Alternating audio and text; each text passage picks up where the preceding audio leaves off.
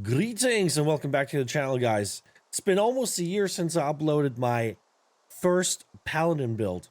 You know, when the Flail came out, I was a huge fan, and I just wanted to do this playstyle, which is Flail and Lifestaff, which I always wanted to do. And, you know, when the Flail came out, this was just the perfect weapon to do a Paladin playstyle. So, you know, I did it a year ago. You guys loved it. I loved it too. It was my favorite build. I haven't played any other builds. Granted, I also took a long break from New World, but you know, now that New World Aeternum relaunched and you know, the game feels great, a lot of people are coming back. We're doing a fresh start. You know, this is my fresh start character, and of course, I put the build back on. It's the only thing that I want to play, to be honest, because it makes the game so easy. It just makes PvE easy. It makes PvP easy. It's just such a great, sturdy build because it has everything you need. Okay, it gives you mobility. It gives you damage over time, buffs and debuffs and self heals, and it's just everything in there. I absolutely love it. So yeah, let's go over this build. I will be showing this build off in a build editor because, like I said, this is still fresh start. We're not even 2 weeks into the fresh start, and I'm still missing a ton of stuff. So yeah, let's go over the build in the build editor, and I'll show you how it's done. Alrighty then. So this is the build. Just looking at the stats here, pretty nice. Yeah, 200 in strength, 200 in con, 250 in focus. This is not something you need to follow. This is just my personal preference.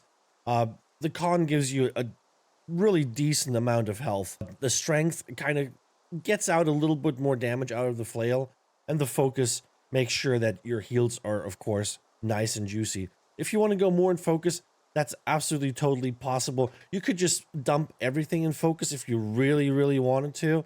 Make the heals really strong, but I'm trying to find a balance between my damage output and my healing output. So that's kind of like where I'm sitting, but you do you. You know, you can always adjust this to your own liking. As I said, we're using Flail and Shield. We're looking at the skills here.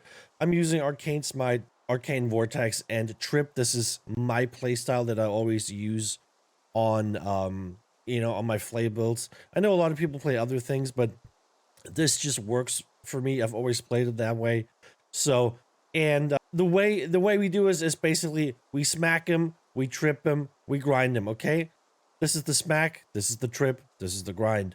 So this is basically how you do it, right? With Arcane Smite, you put a big AoE area down where you can fight in, can kind of force people to step in there, which also makes sense because you can put your sacred ground right on top of it, and then you have a little, you know, you have a little arena that you can fight in where, you know, people step into your smite, and you can still stand in your sacred ground. You can fight them in there. You know, that's kind of your little arena that you can fight in. So I always like doing that. If you don't know what smite does, like I said, you just slam the ground. You put a big AoE on the ground. It puts impairment dots on people, which deal 10% weapon damage per second, and weakens the target, reduces their base damage, which is really nice. Stacks 3 times, so makes people hit less hard, and you just have a dot ticking on them, which is really, really important. We're going down all the way here. You know, have a cooldown reduction when you hit multiple targets, which is really nice when you're fighting in a Zerg. Of course, you know, like OPR, or you're doing wars or influence races or something. You hit a lot of people, you get some cooldown reductions, really nice. So here is one of those passives that gives you different things based on the kind of shield that you're running. We're running a round shield, so we get 20% extra base damage on our smite, which is really nice. So yeah. And then deflected frailty basically gives you a stackable weakening effect, right? So like I said, this weapon is all about like buffing and debuffing. You have tons of these things. It's really, really nice. And then of course the really good thing is when people have this effect on them, you get lifesteal, right? So a lot of self-sustain in this weapon, a lot of lifesteal, which I absolutely love. I'm a big fan of lifesteal builds. It makes just perfect sense to me. Just have that on pretty much every build that you can have it on. Like, why would you give up the self-sustain? It's just, you know, it doesn't make sense, right? So next thing is Arcane Vortex. That's the big spin to win. Yeah, deals 75 weapon damage 4 times. So really good damage. Actually, you hit everybody around you, which is super nice. It gives you Empower too. and it has grit, which really, really helps. Kind of, you know, when you see someone coming, you know they're going to do a move on you that's going to stagger you. You just pull out the vortex and kind of you vortex into their ability so that they can't stun you. So this is an offensive and defensive move at the same time. You can use it in both scenarios, right? So what I like to use this for, and we're going to get to this when we're looking at these other passives here. When I'm a little outgunned, I usually pull out the vortex. I hit him and then I run. And let me explain to you why this works. So first of all, you get grit, right? So you can kind of, you know, lessen the blow of like someone coming in with like a hammer or whatever, right? You know they're gonna hit you with a stun, so you pull out that vortex and you kind of get into this so you don't get stunned. And then hitting targets 4 times with Arcane Vortex will inflict them with root, which means they can't move for a second, which is really helpful when you're trying to create some distance. You know, it just makes them stand still for a second, which, you know, it just helps you get away from them. And then the next one plays into that too. You get a 7% a stacking haste up to 4 times. So you get a 28% speed boost, which is super, super nice. It's like one of my favorite things on the Flail is that it actually has some speed built into it. You also give some speed to the allies around you. But you know, the route that you're giving and the haste that you're getting, it allows you to just get away from a target. You know, you see a sticky situation, you hit the vortex, you cannot be stunned, you root the guy, you get some movement speed, and then you're out of there. And then the last one, also really, really nice. Yeah, you're being cleansed of crowd control and status effects. So once that happened to you, you know, like I said, like let's say you run into like an ice wall, right, an ice shower, and you just get rooted. You pull this thing out and you can move again. Really nice. Also, all allies inside are also healed for 65% weapon damage. Great passive here. I love having that heal here, especially if you have Mending Vortex on, which gives you even more healing. Vortex can actually heal you to full. If you jump into a group and you're like 20% health or something like this, and you start spinning, you start winning. You know, it's a spin to win for a reason. You start spinning, you start winning. You get that health, and I've seen plenty of situations, and that's why I always use it, where I'm like low health, I'm about to die, and I just roll into a group of people or a group of mobs, and I start spinning, and all that lifesteal shoots you back up to full, basically, right? Just it's a full health heal, and you have a big health pool, right? So being able to fill that up that quickly with just one skill is phenomenal. So I absolutely love this thing. So when it comes to the passives, this one is super nice. Impressive advantage. Abilities and heavy attacks against targets with less than 50% health increase incoming healing by 5%, and you gain 10% haste, okay? This is super nice. The extra haste on top of that. So you're basically sitting at the 38% haste with Arcane Vortex. Super, super good. Yeah, like I said, this is actually a pretty good weapon for mobility, believe it or not. There's like other skills that give you mobility too, but just this skill alone offers so much mobility. Next one is Spiky Impairment. Being hit or blocking hit from a melee attack while above 90% health inflicts a stack of impairment. Impairment, we talked about it. It's that 10% weapon damage, damage over time that you get. You always want to have that up on your targets, so it's really nice when you know you have different options of putting that on your enemies. Next one is Vital Embrace. While we're at below 50% health, all flail attacks grant 3% lifesteal while attacking targets. We talked about it. Self-sustain, lifesteal, super good. You always want that. And while above 50% health, all flail attacks extend the duration of damage over time effects on targets by 7 seconds. Next one is Leader of the Pack. When no allies are within 5 meters, all flail attacks deal 15% more damage, and when you have more or one or more allies around you, they gain an empower and they get 10%. So if you're in a group, everybody gets some empower, and if you're alone, you get 15% extra damage. Super nice to have. Next skill over here is Trip. Trip is one of the trolliest skills. It's so fun to use. I always say sweep the leg when I hit someone with the trip, because they just fall flat on their face. It's so funny, and they never see it coming. I love doing it. It's like one of the best skills in the game. Damage is kind of low, but you know, it's like kind of a setup skill, you know. You can use this to set up some damage. You can use this to, you know, pull people off of your teammates. You see a teammate being harassed by someone, you go over there, you trip them, your teammate has a chance to run away. And you have a chance to run away too. If you're fighting someone, you trip them, and then you can use that to just get the hell out of there. So that's really nice. You take the passes all the way down. Flailing duration, of course. Tripping a target applies a special debuff to the target, lasting 3 seconds. Allies that hit the affected enemy will reduce the duration of all damage over time effects on themselves. It's not super important, but you know, you just got to take it to go down to the real good stuff. Hitting weakened targets with trip will inflict 15% rend for 5 seconds on the target, and granting 15% fortify on self. So yeah, it's easy for you to weaken targets. We talked about this already, and so you hit them with the flail and with the trip, and then you know you get your 15% rend and your 15% fortify. But this one's super nice. Reactivate this ability, or use basic attack to add a follow-up heavy attack that deals 145% weapon damage. This is an actual heavy attack. This counts as a heavy attack.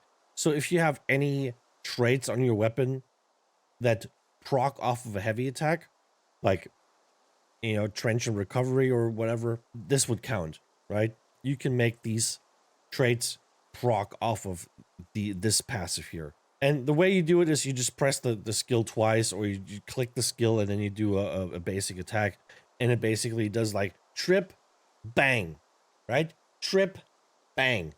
That's what it does. And it's pretty nice, because then overall the damage is pretty good. You know, we end up having almost 200% weapon damage on this. So it turns this pretty weak little skill into a pretty good skill, you know, that gives you a lot of damage and gives you some options for, you know, certain weapon perks if you want to proc them with this. And then on the passes, we're taking Cured Flailment. The first target hit with a heavy attack within 3 seconds of using an ability will cleanse 1 stack of any debuff from self. Will also inflict a stack of impairment. Again, impairment, super easy, super good to have. Let it tick on people. Flail Mary, lifesaver. While stamina is at or below 30%, activating an ability will grant 15% stamina. So this really plays into a nice stamina sustain on this build, which you will need, because people will dogpile on you and you will need good stamina sustain. And then we're taking this one down here. Increase your max health by 25% of your physical armor rating while the flail is equipped. This is not super important in light armor, you know, which we are running right now. This becomes more and more important the more armor you have, of course. So if you ran this in heavy armor, this would be a no-brainer to have. I still like having that in my build, because, you know, extra health is extra health. And when you're in light armor, health is one of the things that you can do that, you know, makes you tanky, because you don't have the armor to, you know, just absorb damage. So what do? Is you basically just build for more health that allows you to absorb more damage, which gives you more time to react. And since we have a lot of really good and strong heals, we can fill that health back up once it goes down, right? So I think taking this one, even in light armor, still a good idea. Let's look at the life staff here. Okay, we're using Sacred Ground, we're using Splash of Light, and we're using Orb of Protection. Sacred Ground, you know it. You just put a circle on the ground, you sit in it, people get healed by it. We're taking Holy Ground, regenerates the stamina faster, which, like I said, stamina sustain, super good. And then Anointed, while allies are in Sacred Ground, they gain 50% increased healing from non-consumables. So yeah, if you want to pump the big heals, stand in your Sacred Ground. You know, this is the important thing. This one heals pretty hard. This is a pretty good heal, Splash of Light. So pop this inside your Sacred Ground, right? If you really want to get your health back up quickly, make sure you stand in your Sacred Ground, get that extra healing. Yeah, Splash of Light, let's talk about it. You and all group members within 25 meters are healed for 80%. When activated, Splash of Light triggers a blast around the player that deals 25% weapon damage and pushes all enemies within 3 meters back 2.5 meters. You know, the damage and pushback portion is, you know, You're not gonna see that very often in PvP. I sometimes do it in PvE, but it's you know, like it's a little gimmicky. It's nice to have. It's nice to have. I'll say this. I'll say this. You can push people back quite a lot with a life staff now that the light and heavy attacks are like the light attacks are like staggering, and the heavy attacks are pushing people back, and then you have this thing that pushes people back too. You know, it turns the life staff into more of an offensive weapon, which is interesting. But yeah, it is what it is. And then we go all the way down, of course. Shared recovery for each ally healed that is below 50% health, you gain 50% of your max mana. You know, good mana sustain there. And then Splash of Light removes one debuff when it heals an ally, which is important for some perks that we're going to talk about in a second. And then on the passes, we're taking Desperate Speed when you heal an ally below 50% health. Life staff ability cooldowns are reduced by 10%. You know, self-explanatory. Sacred Protection while holding a life staff increase the amount of healing from non-consumables and lifesteal sources to all friendlies in your group by 10%. You definitely want that. Blissful Touch, you definitely want that. If you're just a self-healer and you never heal other people, you don't need this. But since I do heal other people, I do play arenas and OPRs. And sometimes I play dungeons, you know, like expeditions where I heal people. This is a super nice, cheap heal that you can just throw at enemies. You just, you know, just aim at them and shoot through them, and that's going to heal them. So stacking that with like all your other heals is super nice. You always want to do that. And this actually pumps out quite a lot of heals, like in OPR, when you have a lot of people clumped up like at a door, and you can just like hit them all, and this goes through everybody and it heals everybody. You see a lot of green numbers pop up, which is satisfying. Enchanted Justice, when hit in battle, activates a healing aura. This one is not super important. You don't have to take this, but it's like, you know, the aura heals you for 8% weapon damage each second. That's a little bit extra damage, extra healing, you know? Why not? Intensify, when you hit with a heavy attack, you gain a stacking 10% bonus to outgoing healing, stacks 3 times. So technically you could get 30% extra healing, you know, in situations when there's like a lot of fighting going on and you're just, you know, you're healing your buddies, and you just want to pop the occasional heavy attack here at your enemy to just get your healing up. That's pretty nice, very easy way of actually, you know, increasing your healing. But yeah, and that's it. And then of course we take Divine Blessing. When you heal an ally below 50% health, they are healed for 30% more. Also super important, right? That's where you get the really big heals. When you're sitting in your sacred ground, you're popping that Splash of Light and you're below 50% health. That's where you get it, right? This is where the big heals are coming from. Then Orb of Protection is basically just a projectile you shoot out. Grants 20% Fortify. Heals an ally for 8% of weapon damage and deals actually quite a bit of weapon damage. So this is a good offensive skill, actually. You know, ripping a heavy attack and then following this up with an Orb of Protection, that can deal up to like 3 to 4k damage sometimes, depending on the target that you're hitting. So you can actually hit people quite hard if you want to go offensive. But of course, this is mostly to heal other people. If Orb Protection hits an ally, they gain recovery and are healed for 6% weapon damage every second for 10 seconds, right? Just, you know, it's not a super strong heal, but it just adds that little, you know, that little extra healing that people need. And if you successfully heal an ally with Orb Protection, you gain Fortify and Recovery applied by the Orb Protection, right? You know, you get that too. And then this one's super important. When this projectile hits, it affects all allies within 3 meters.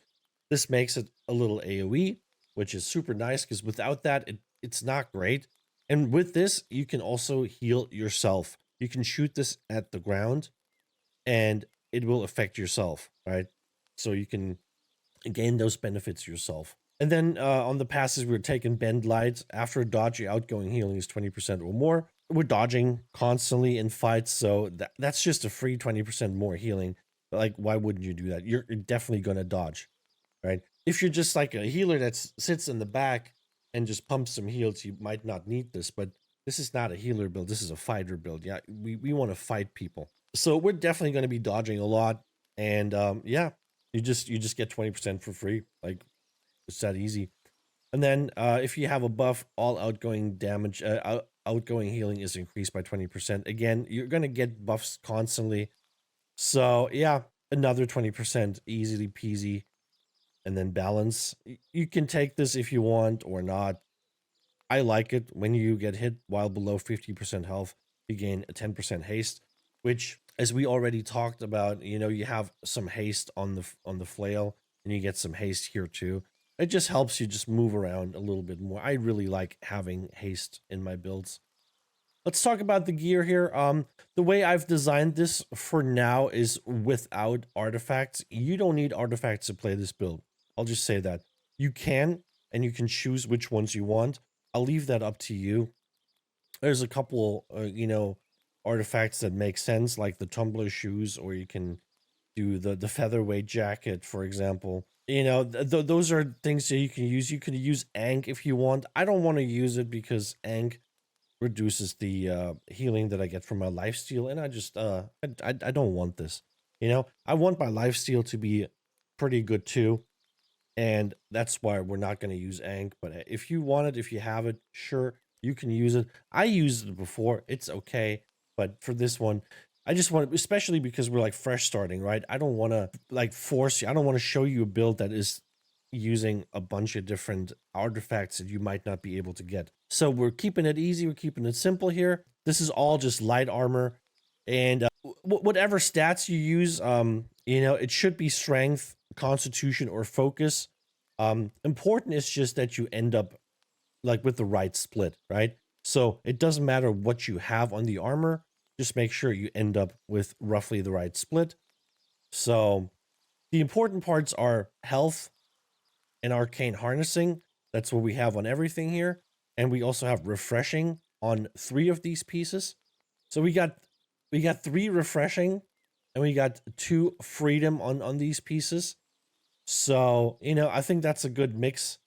Refreshing, you can go harder if you want. This used to be like a refreshing build. I used to put like every little bit of refreshing on that I could. I'm no longer doing this because a couple of things got nerfed, especially with that refreshing jacket that I used to run a year ago. Yeah, it's not as good anymore, so I didn't want to focus on it. But yeah, I think you should have health on every piece if you can. Arcane harnessing if you can, because that's going to make our arcane hits, our skills hit harder. And it's not going to affect your lights and heavy attacks. Your light and heavy attacks are physical damage, but your skills are arcane damage. So that's why we definitely want the arcane in there. Like I said, 3 refreshing here, 2 freedom, but I'll leave that up to you. If you feel like you don't need the freedom, you can put more refreshing other stuff in there. Elemental, physical aversion, stuff like that, slash protection is really good, especially now with like people attacking with hatchets a lot. Slash protection is nice. I don't really want to build for it because I assume the hatchet aim lock is going to get nerfed pretty soon, and so I don't really want to build for something that might actually not be a problem for very long. But if you feel like you're struggling with that, have a lot of hatchet people attacking you, yeah, slash protection might be the way to go instead of refreshing. So yeah, do that. But yeah, I think for damage, definitely you want the arcane harnessing. Having 3 refreshing is really nice, and then some freedom is good too, because there's still people that try to like put you into a stun lock to have an easier time killing you. Let's look at the jewelry. So for the amulet, there's a couple different things that you can go for, but I think Empowered Divine Stamina Recovery is pretty solid. You have Empower on your flail, of course, so getting extra duration out of your Empower is really nice. Divine, that's a no-brainer. You definitely want that. Do not run an amulet without Divine. This is too good to pass up. Stam recovery is, you can have like refreshing here too, or like other things. But stamina recovery is really, really good, right? So while you're below 50% health and you get hit, you gain 60 stamina. Like I said, you're gonna get dogpiled on. So having stuff like that really helps you stay in the fight, because if you run out of stamina, you start moving slower. You can't really do much. You can't jump either, which can be a problem if you're trying to escape. You try to like jump up on a rock or something, or jump over a fence. Without stamina, you're gonna be out of luck there. So having that extra stamina is always gonna be nice. And for the ring, leeching, sacred, healing breeze, that's super nice. Hardy would be nice too. You know, instead of leeching, you could run hardy, but I like lifesteal, so you know, leeching here, healing breeze, super nice for 6 seconds. Heal target for 16% weapon damage each second. So if you heal someone for 6 seconds, they're gonna get a little heal over time, which is super good to have.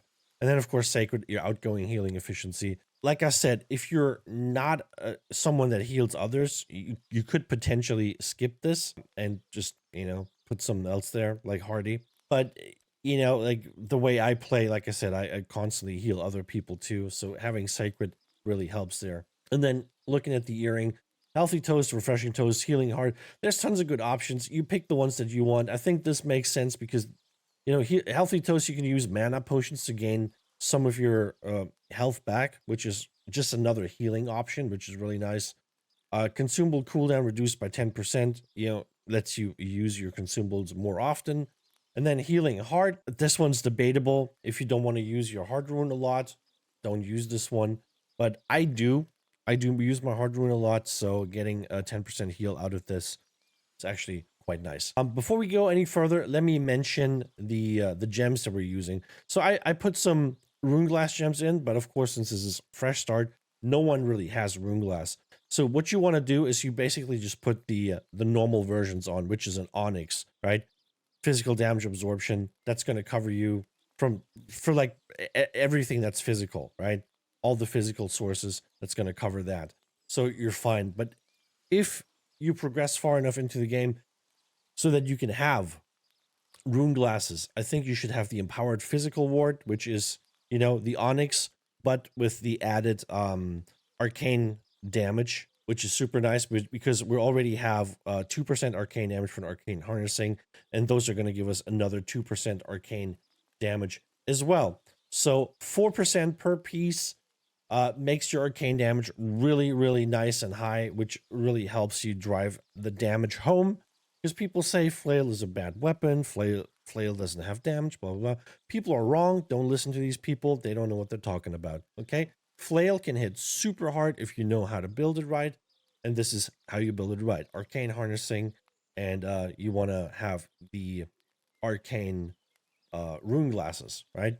You put them on everything, but like I said, if you don't have rune glasses, you just take an onyx. Onyx is going to give you the 2% physical damage absorption, which is basically what you want. And then on the jewelry, I put fire ward, 6% fire damage absorption, because what I've realized is I'm actually not struggling with the physical damage so much. This is mainly just to kind of like counter the hatchet a little bit, but it makes sense for all the other physical types too. When I struggled fighting people, it was always against fire staff users. Being able to just walk backwards while, you know, shooting fireballs at you, and then of course the typical, you guys know it, you've seen it a million times. You hate it. Everybody hates it unless they use it. Then they love it. It's the flamethrower. Flamethrower is brain dead. You just spray, and yeah, it's like it sucks. But having like a bunch of burn ticks on you can whittle you down. So if you have a mage that actually knows what they're doing, they keep the burn ticks up. So you constantly have to like heal yourself. You constantly have to have, you know, heals taken on you, and then they slap you with some major fireballs and stuff. I find them a little hard to fight. That's why we're putting some fire ward on specifically. The other elemental damage types are not really an issue. You don't really see them that much. You know, ice or void. Not a lot of people are using ice or void. You're definitely going to run into more fire staff users. So I think that's a safe bet. That's a free 18% here to keep you safe. But I'll leave this up to you. If you feel like you run more into like other people, or you say, hey, you know, all I fight is fire staff users, and 18% still not enough, you can of course put more on your armor. I'll leave that up to you. This is, you know, it's unique to your situation. Whatever you think is the hardest to deal with is the one that you want to build against. But yeah, that's the jewelry. Let's look at the weapons real quick. So for the weapons, there's a ton of different things that we can do. Let's talk life staff first. Purity of light, purifying breeze, blessed. That's the best thing that you can do. Why is that the best thing? Because as I already showed you, where is it? Up here, purify, right? So when you use your splash of light, purify, the last passive here, splash of light removes 1 debuff when it heals an ally. Okay, so it removes a debuff, and we have a passive here, purity of light. Allies with a debuff removed with splash of light are healed for 70% of your weapon damage. That's an extra 70% on top, right? If you look at this skill, you might think, oh, this is only 80% weapon damage. That's not that good. Yeah, it's not that good, but it becomes good if you have the right staff. You get 70%, and now all of a sudden you're healing for 150%, right? And then you have Purifying Breeze, heal for 33% weapon damage every time you remove a debuff from an ally. Oh, all of a sudden we're healing for over 180% weapon damage. All of a sudden, this heal becomes a really, really good burst heal. And then you have 12% outgoing healing efficiency, right? So all of a sudden, you're adding 12% on top of that. So that's how, that's how I like to build, because this is the big burst heal. This is the one that's going to pick you up quickly. So if you want to really quickly fill up your your health, and you're below 50%, you get extra healing, right? You stand in your sacred ground, you get extra healing. You have a debuff on you, and you heal yourself with the clap heal. Boom, your health is full, basically. That's how I like to do it. Of course, there's different things that you can do. There's the savior perk too. That's great. I think this one does the most work, though. I absolutely think you should run this. They're hard to get. Purity of Light and Purifying Breeze together, not that hard to get. You get. I think there's like even a staff that you get from one of the dungeons. I think it's called what's it called? The swabbing thingy. I don't know. I forgot the name. But there's also some on the market that have this. It's not that hard to get. The hard part is the blessed. Getting the blessed on it too is hard, but not impossible. You can definitely run this without blessed. It's gonna work fine. But maybe put savior on if that works. I don't know if that perk is allowed with the other two, but blessed is definitely allowed. It definitely works. And yeah, put it on and just heal for the big heals. And then looking at the flail, so flail and shield, they kind of go hand in hand. As you can see on the shield, I have stuff that I normally have on my flail, and I did this so I can have other stuff on my flail. But some of these things are interchangeable. I got Mending Vortex here, I got Keenly Jagged here, and I got Life Stealing on my shield. These are all things that normally could be on the flail. I don't have that on the flail because I put other stuff on. Refreshing Move and Enchanted, I'm pretty sure these can also be on the shield, right? So all I want you to know is that a lot of these passives can go on either the weapon or the shield. So make sure you look for a flail and a shield that cover all these things. Where you put them doesn't really matter, but as I said, I like life stealing. So we have life stealing. We got the Mending Vortex. Vortex already heals, but it's going to heal even more with the Mending Vortex perk, and it's going to heal even more with the life stealing perk, right? So that's definitely something that I 100% want. What I also want is Keenly Jagged. Keenly Jagged is super important to me because a lot of people get away with just a teeny tiny sliver of health, and you can prevent that from happening if you have enough damage over time. So optimally, we have our Arcane Smite, we have our impairment stacks, right? We get impairment on different things. Impairment is that damage over time that ticks on them. And then you have your Keenly Jagged, that's going to be damage over time that ticks on them.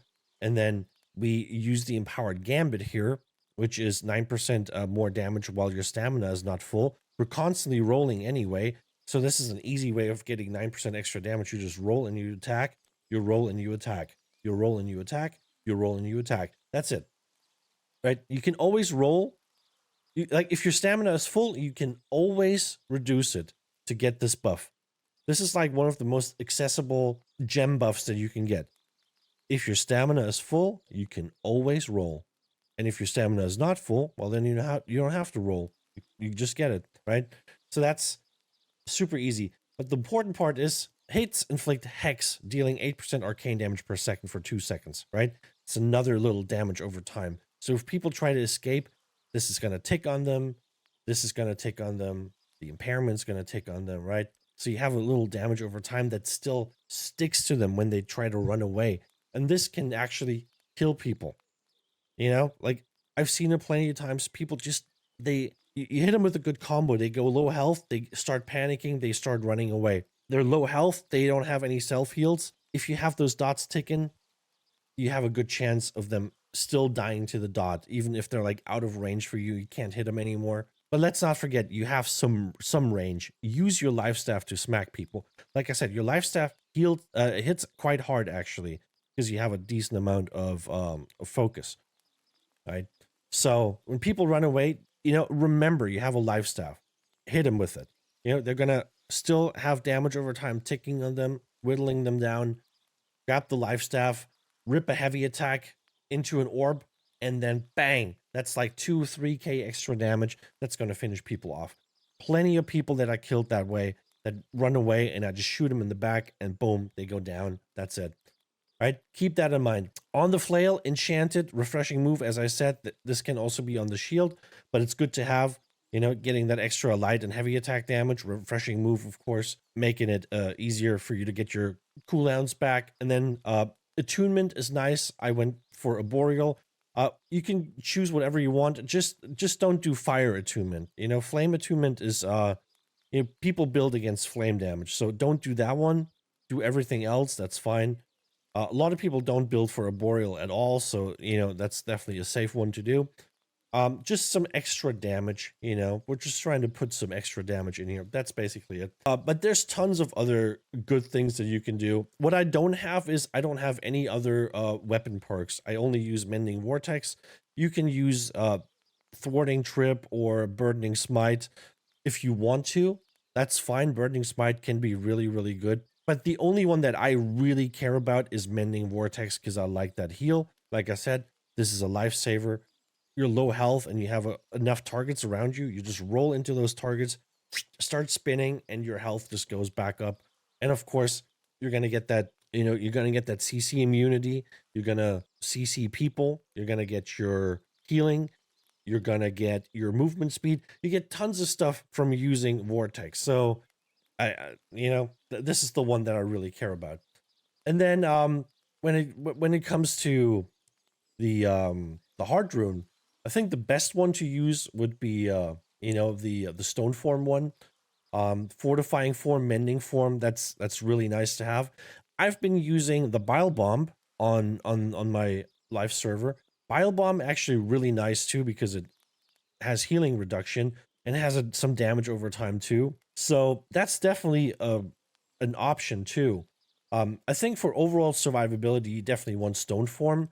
But if you feel like, hey, you know, I don't really need it. I'm so tanky. I have so many heals. I don't really need this. Try Bile Bomb. I really like Bile Bomb. You know, like especially in OPRs when there's like big clumps fighting, you throw that Bile Bomb in there. Everybody has damage over time on them. Everybody is healing, debuffed, and then you go in there and you do your thing.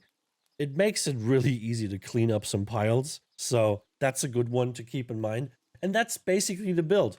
Guys, I hope you enjoy this build. I hope you try it out. I absolutely love this playstyle. This is my favorite playstyle in the game.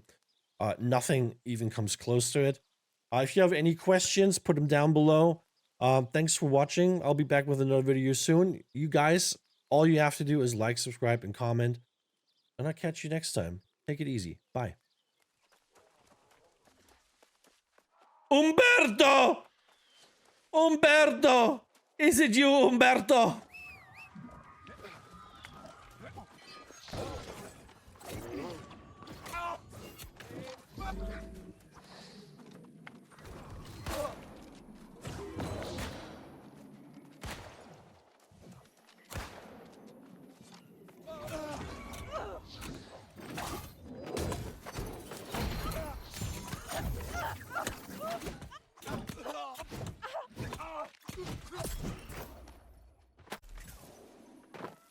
Umberto, what happened?